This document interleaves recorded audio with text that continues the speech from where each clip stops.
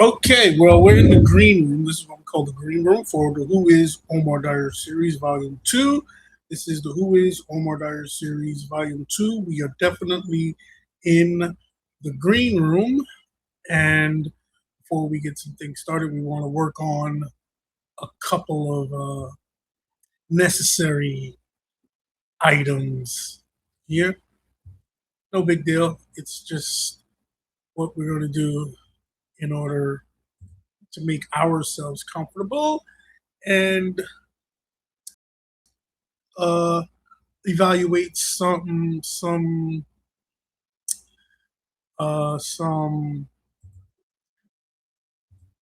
some sort of decorum here, and we're gonna put this on YouTube. So this is gonna be a YouTube a series, and it's getting the director's cut. So while it's on YouTube, we're gonna get the director's cut on this, and this is in entirety. Then we're gonna run through the show. There are a couple of things that I wanted to spell out with the series, and that's particularly my story. A lot of other people are saying, well, you need to tell the whole story. No, I'm just going to tell my story because it's my story.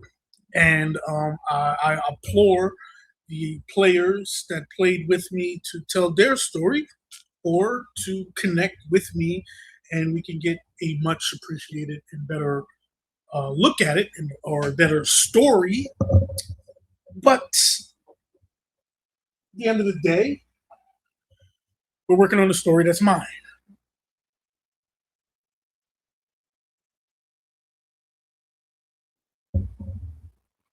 And one of the reasons why I wanted to come up with the Who is Omar Dyer series is because no one is telling my story. I'm not getting the prestige of being a benefactor of that whole ordeal because I know I know for a fact that in that era and in that um, time, these the athletes weren't as good as me, and I'm going to get into that a bit while we go live, and I'm going to make my presence felt, and I'm going to make my presence known, and I'm going to make it relevant.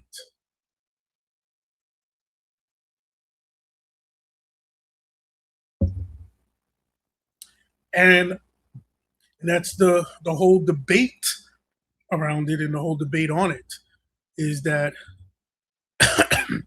pardon, I want to see who can dispute and disguise the things that we're going.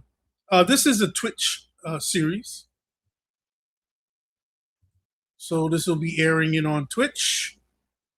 We're not going to air it on YouTube. We're going to do the director's cut for YouTube. Twitch will get the series and all that good stuff. And we'll probably edit it down for podcast reasons, just in case we want to distribute it to other avenues like that. So this is an exclusive for Twitch, and we're gonna go on air in about 2 minutes. So we're gonna get that we're gonna get that countdown. We're gonna get that countdown. But first, let me upload from device the stuff that I would need to complete the journey. Are you with me? All right. Okay, so we got that video. One of the videos is up there that we wanted. All right. Now, we're We're gonna go live now, and I'm gonna host the countdown pretty soon. Let me get some room in here as we get ready to shed a tear. All right.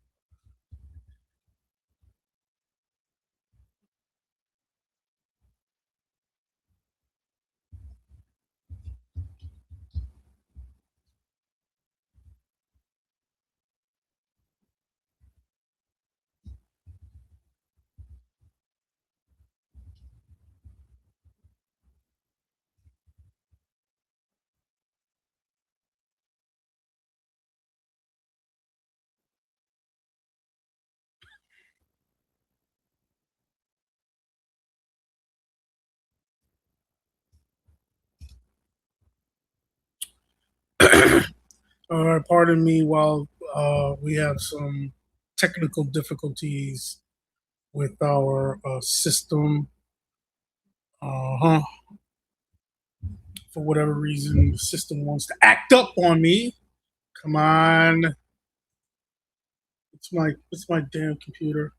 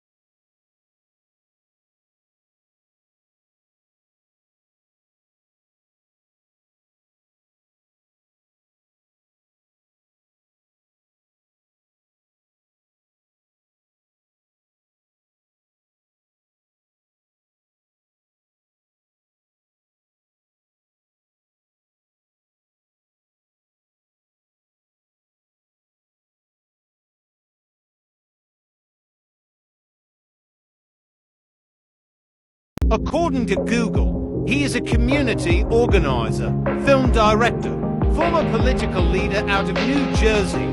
He is an older millennial, and the ladies love him. Oh yeah, he is a C-list celebrity in his own mind.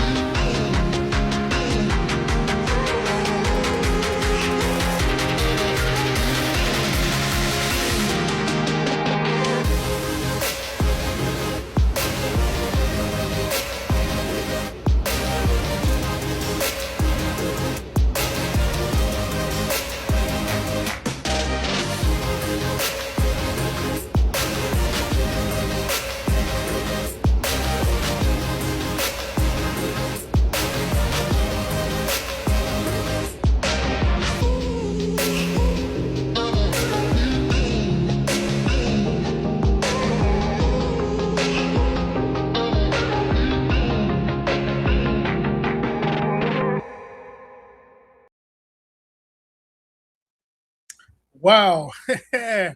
Great opportunity. Excuse me, pardon me for the upside down appearance. Our logo is upside down for whatever reason. So if you're looking at the logo and you got to turn your head sideways, I apologize. I'm sorry for that. I didn't notice it until we went live. But here, welcome to the Who is Omar Dyer series. This is the book of the streak, and there are a couple of things that we would like to get going on with that. And it is to muchly this series is to confirm the attributes that I put in with my time in the system, and put in the record on what I feel that needs to be told about our story. And this is my story, as I would say. This is my story. And if any other uh, participant in that era or during that streak wants to start their own initiative and start their own story, that'll be great. Have the conversation, bring it in. If you want to invite me into that conversation, we can have that conversation, and we can look at it as that. And I'm a huge component of I will put my money where my mouth is, because it's my story at the end of the day, and they're putting the proof is in the pudding, as I would say. And they can argue and keep virtual to anything, but throughout my whole career as an amateur, throughout my whole career as a street performer, I've always backed up the talk. So I talk the talk, I also walk the walk, and then I won in the process. Talk the talk, walk the walk, won in the process. Now, let's get back into it. The book of the streak was written because I was fresh out of college. You know, um, I wouldn't. Well, yeah, I can call it a dropout because I didn't graduate, and I left after 2 years there.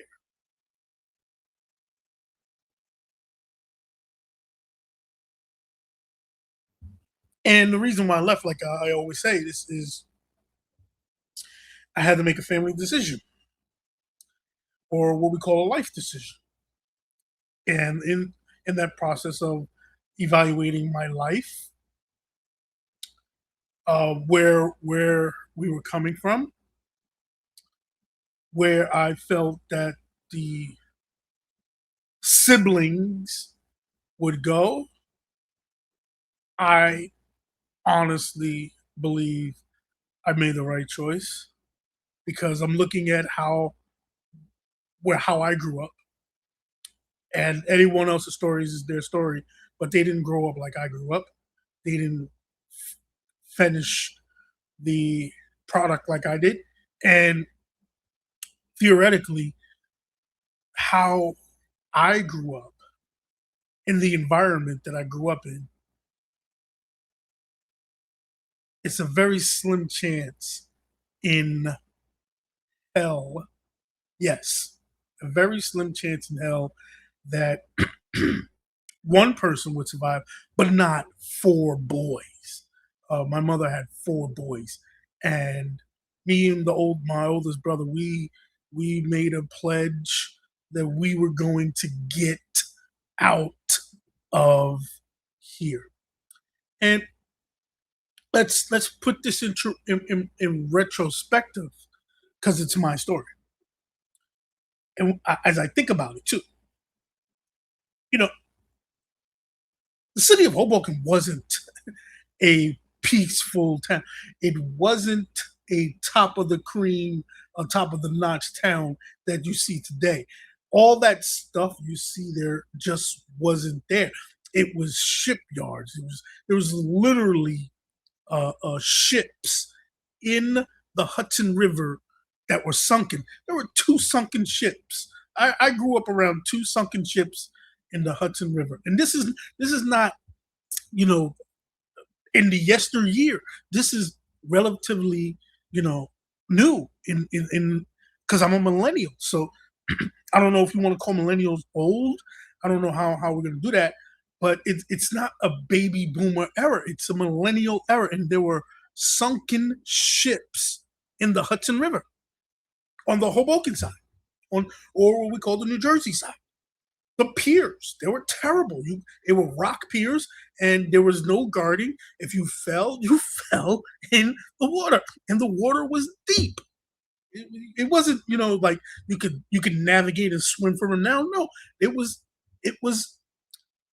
Greece is the word type, and this is close to 2000. This is and it was like Greece is the word.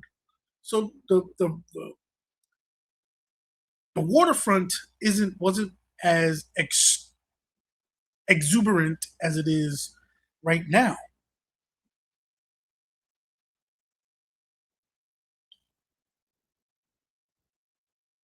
And that's what made it a Sinatra moment, a Sinatra like time. And in that time, while people try to discredit what we did, but Hoboken was a crime town.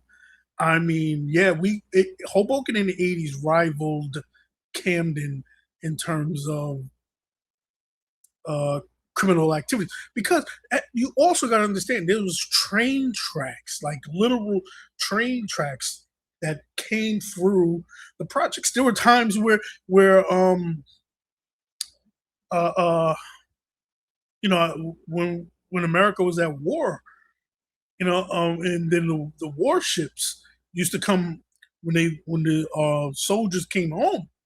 They used to come through our projects, and we used to see beat up machinery, you know, damaged machinery.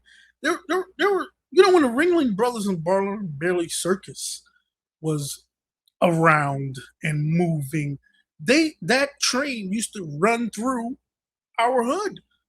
We saw that. We saw the bears, and you also got to understand that you can Google this and check it out. But the Conrail Boys were a real thing. One of the biggest organized train train thieves in American history came from Hoboken, Conrail Boys. So it wasn't a pleasant time when we did what we did, and I go through it a lot with a lot of people. They saying that if I was born in the '80s, I probably wouldn't have made it. And then I refuse to think that, because I believe and this is my story. I don't care what anyone says, thinks. Uh, I'm entitled to my story, my opinion, and I believe that if I was born in the '80s, it would have been the same thing, because there's just certain spirits that warrant certain talent. There's certain spirits that warrant certain talents. And then those spirits can bring out the best in everyone. And you can't call it the luck of the draw, or you can't call it the luck of the tide. It's just that some things are just up to the person. If there is a entity with a spirit that could revolutionize an entire decade, it wouldn't matter what decade you put that spirit in, that spirit will find a blossoming bloom. And I truly believe that's why I'm coming up with my story. That's why I'm telling my version. That's why I'm producing Who is Omar Dyer's series, a one-man show. Normally, one-man shows are the hardest things to accumulate. They're the hardest things to produce. And it's more about the storyline. And I'm always a big component of chasing history, chasing streaks, chasing records. And I feel like this whole entire Who is Omar Dyer segment that I'm going to try and chase some legends in theater, some legends in art, because that's how it would be. And that's where it goes. And that's why I decided to do the Book of the Streak, because it's the starting point. It's the beginning of this never ending story, of this never ending belief, and my true calling for a gift. I have to tell my story. I have to display my gift. And this is the best way for me to do it. Now, let me get into that after I gave you a update on what the city of Hoboken used to look like. Now you got to understand, there's only two ways in Hoboken, and that was from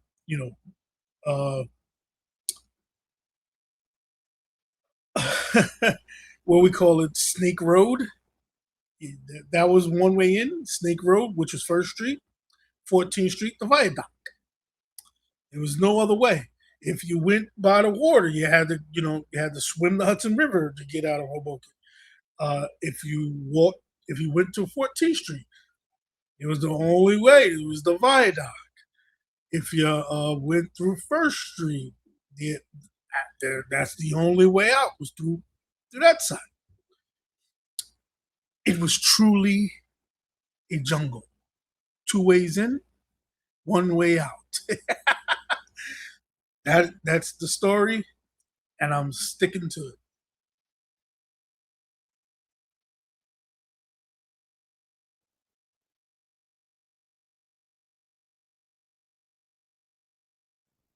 So as I as I got into it, in the previous series, you should go watch that, look at it, understand it, and it'll lay out what we're going to talk about right now.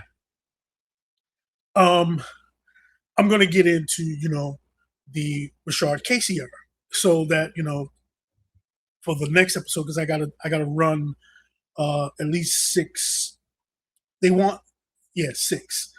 I got 6 episodes of the Book of the Streak, so I gotta set up. I gotta set up things to talk about for that hour. And one of the things that before I get sidetracked and way out of it, is to talk about the Rashard Casey era and how it started. And I'm not going to get into full details on it because that's part of the mystery. But Rashard Casey started this all. And it was started back, in PAL, when we were in Pop Warner, and they had their thing going. And I'll get into all of the players that played with Rashard Casey from PAL all the way up. Then there was the Rayvon Anderson era, and he had his gems, but Rayvon was the best out of his era, but his era wasn't good. Rayvon benefited from the Casey era and my era because I don't care. This is my story. Yeah, that there was an aurora around there.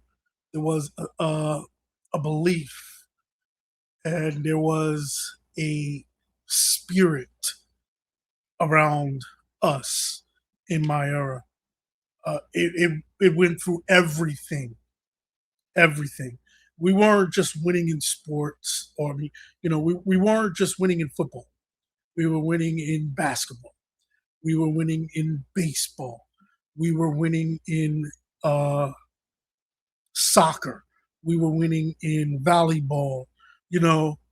My class is the first class to win state championships in every sport. That's one of the reasons why Hoboken High was the team of the decade.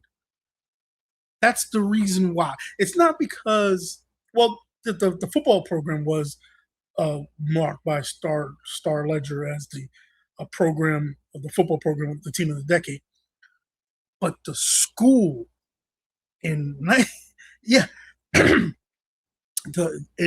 we the class my class won everything, everything. We took everything. So that's why I say uh, my era was the best, because yeah, we took everything. And I, and yeah, let me not sidetrack that. All right, so Casey started the whole thing, and there was uh, Rayvon's era, my era, which includes Keon and um, Falcom, Mike Falcom. Mike Falcom is the quarterback that came after Casey. Uh, I graduated with Mike Falcom, but yeah, my era is the Keon and Mike Falcom. That's our nuclei. But I'm far more. Uh, I graduated with Falcon, but I'm more in Keon's class, because at that time, even before I even got to high school, I was held back because of the environment that I came out of.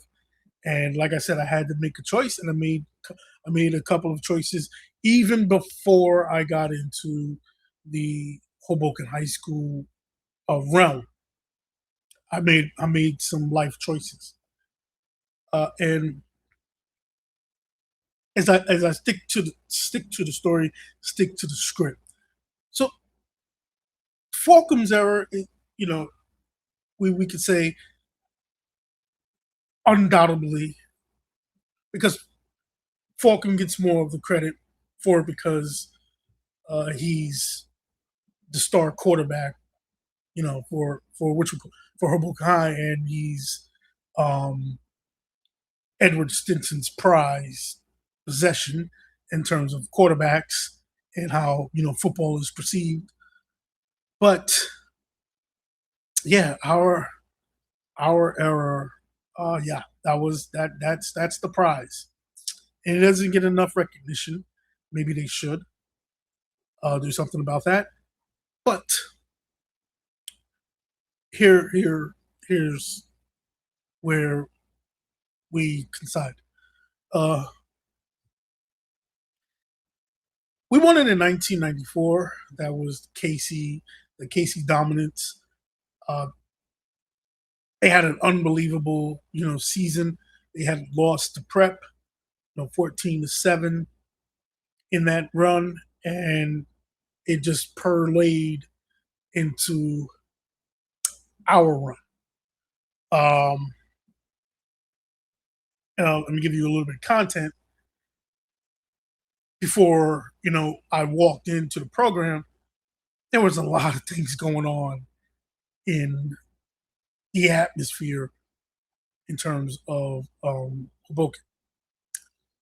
I was still playing. I was playing basketball. I was playing AAU as well, and I was with the Boys and Girls Club. So we were all over the place. I used to leave my house at 8 o'clock in the morning, go to school, and I wouldn't come back home until like 10:30 at night, because I was in AAU. I was all over the place with with AAU circuit. And coming into Hoboken, I really wasn't supposed to go to Hoboken. keep telling him that. I really wasn't supposed to. I just ended it up there because of life situations. I had to make life choices. But in my my run, this is for totality of sports and being an artist as well. Um, uh, the main school was an art school in South Florida called Trinity. I was supposed to go there for arts and theater and basketball. Then there was St. Mary's that I was supposed to head to, Hudson Catholic, and St. Peter's Prep. All of those schools I had interest in, but Hudson Catholic and Prep are the ones that because at that time, you had to take a test to get in. I passed the test for Hudson Catholic, and whatever it was with Prep, it was a big issue, and I ended up not going to Prep or Hudson Catholic, and I just walked in to Hoboken High. And this is after a traumatic experience. If you want to know more about that traumatic experience, well, I'll get it into it a lot later in our series. But I just wanted to give you an idea that there was a traumatic experience that I had suffered before I walked into um, that Redwing program. And now, mind you, this Redwing program is still going. It's in full pledge. You know, for me, it was I could have gone I could have gone either way. Could have gone and played basketball, and or I could have went to a theater art school, and it still would have been the story. It, I still would have had my story. I still would have had my success. But I don't know if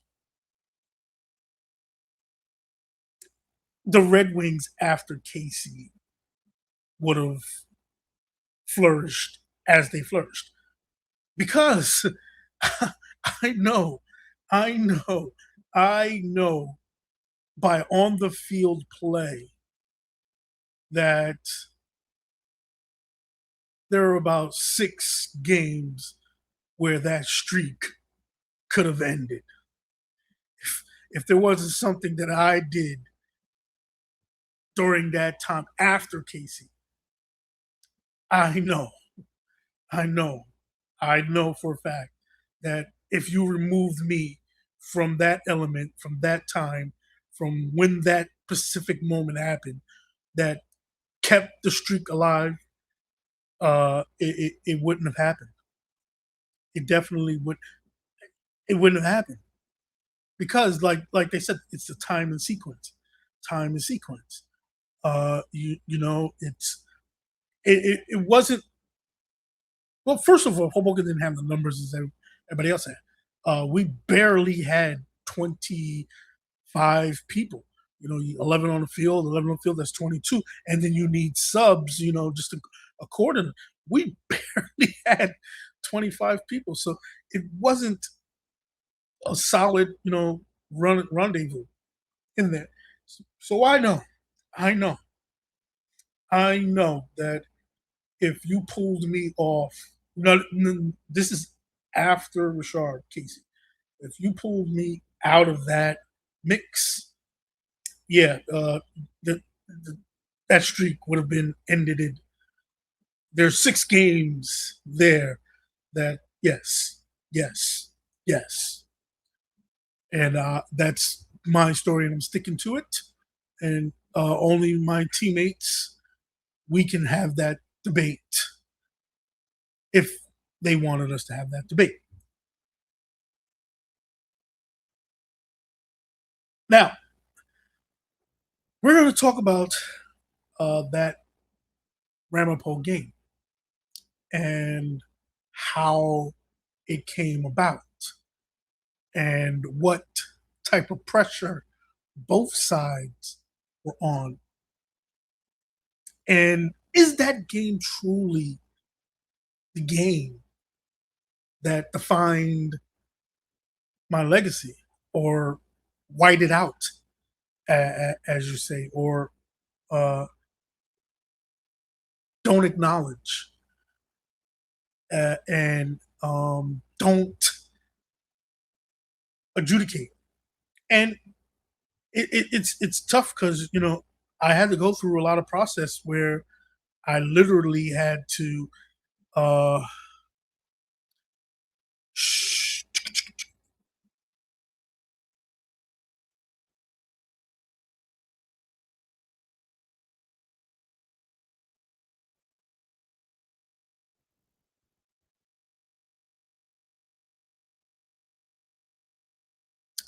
where I literally had to show people that I was part of the team. So right now, here is something that we're going to pop up on the screen to show everyone the defensive backs that were on that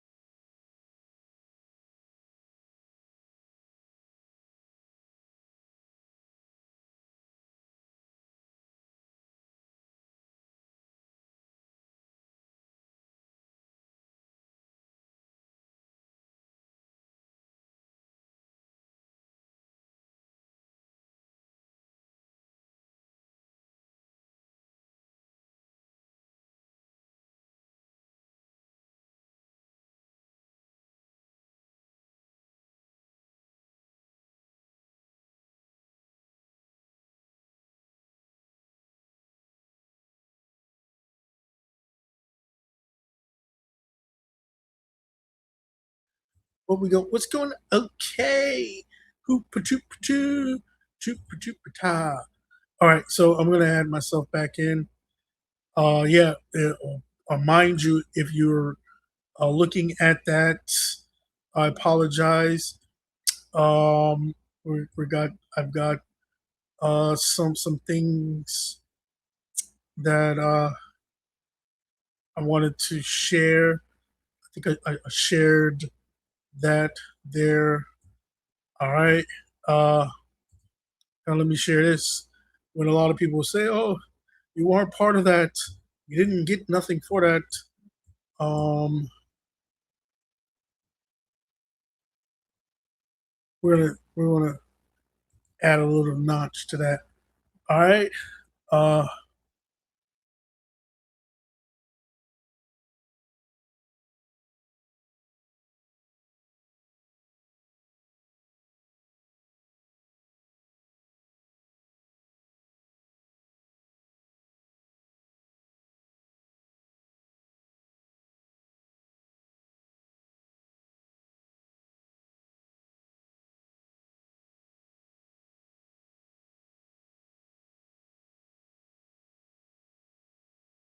you need it.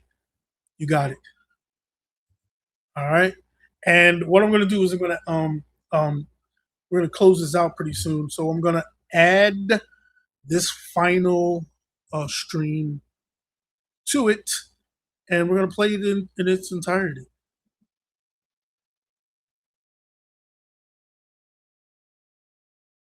Walker blitzes him, and he makes him pay.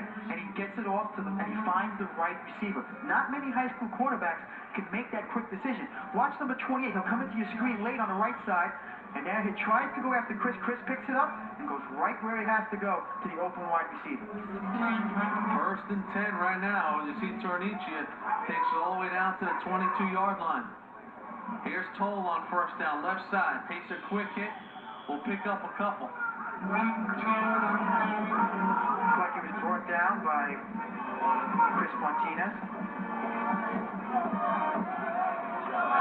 How about the pain that Chris Sims and Greg Toll and the rest of his team had to endure last year? Only sophomores, but a very emotional loss at the hands of Hoboken in the semifinals. And those guys all year talked about this game, talked about getting another opportunity to play Hoboken.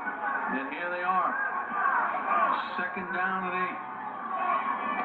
Sims, little delay to Toll again. Toll makes the first move.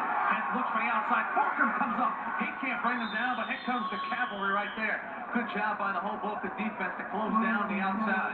What a job by Toll. He faked out Anthony Enriquez, and he left him just standing there alone. Finally, Forkham comes up, slowed him down. He couldn't bring him down. Watch, Jim. And look at, like I said, you can't really do this on grass, but you can do it a lot easier on turf. And he's taking advantage of it right now. Forkham doesn't bring him down, but finally, Terrell Dorff comes in and brings him down. Third down and short. Walker blitzes him, and he makes him pay. And he gets it off to the...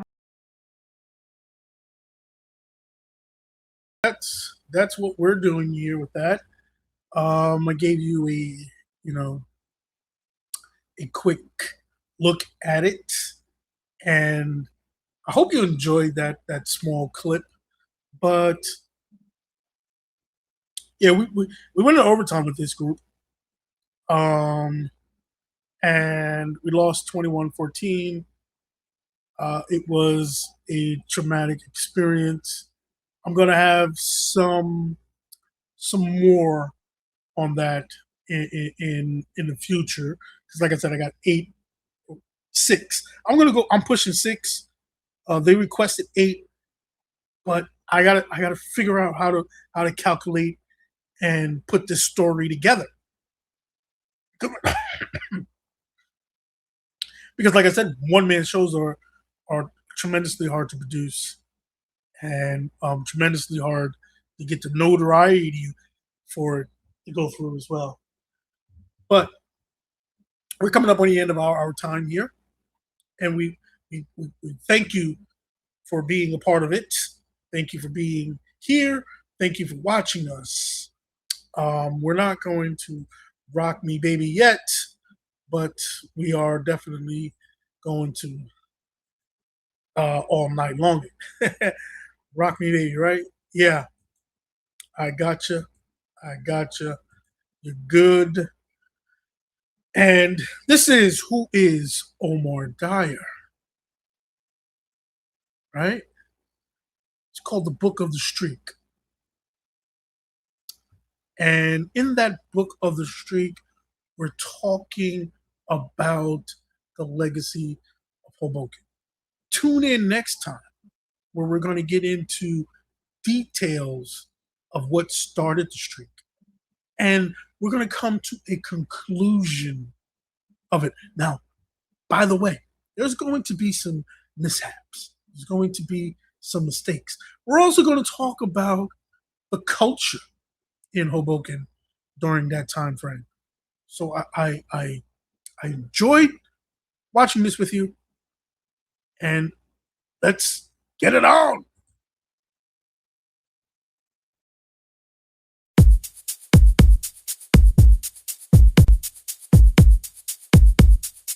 Ain't nobody gonna stop me from getting on my show.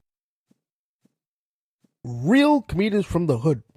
It's one of Facebook's most talked about shows. It's a place where you can mock Kevin Hart and get away with it. And I'm white. Hey, who are you? Oh, no, it's Kevin Hart. And he's tiptoeing in front of me. What the fuck? Black man has a knife.